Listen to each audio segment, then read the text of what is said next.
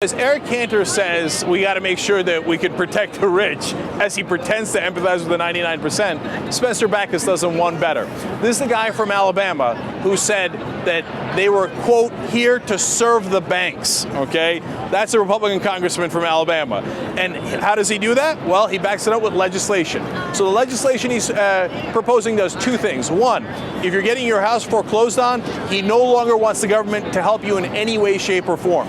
Even if you can keep your house, if they modify the mortgage, that you're willing to make payments, he says, no, we shouldn't help you at all. We want to reduce the deficit. The second thing he says is we should continue to help the banks.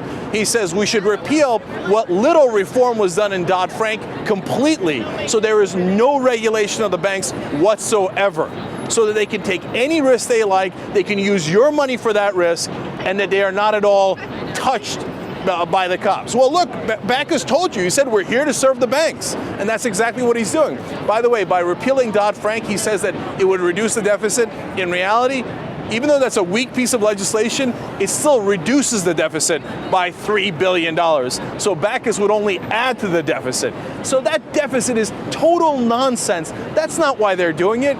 Cantor and Bachus are doing what they're paid to do, which is to protect the big banks. If you vote Republican, you should have your head examined. All these guys care about is the 1%. Democrats might not be that much better, but you know exactly what you're getting with the Republicans.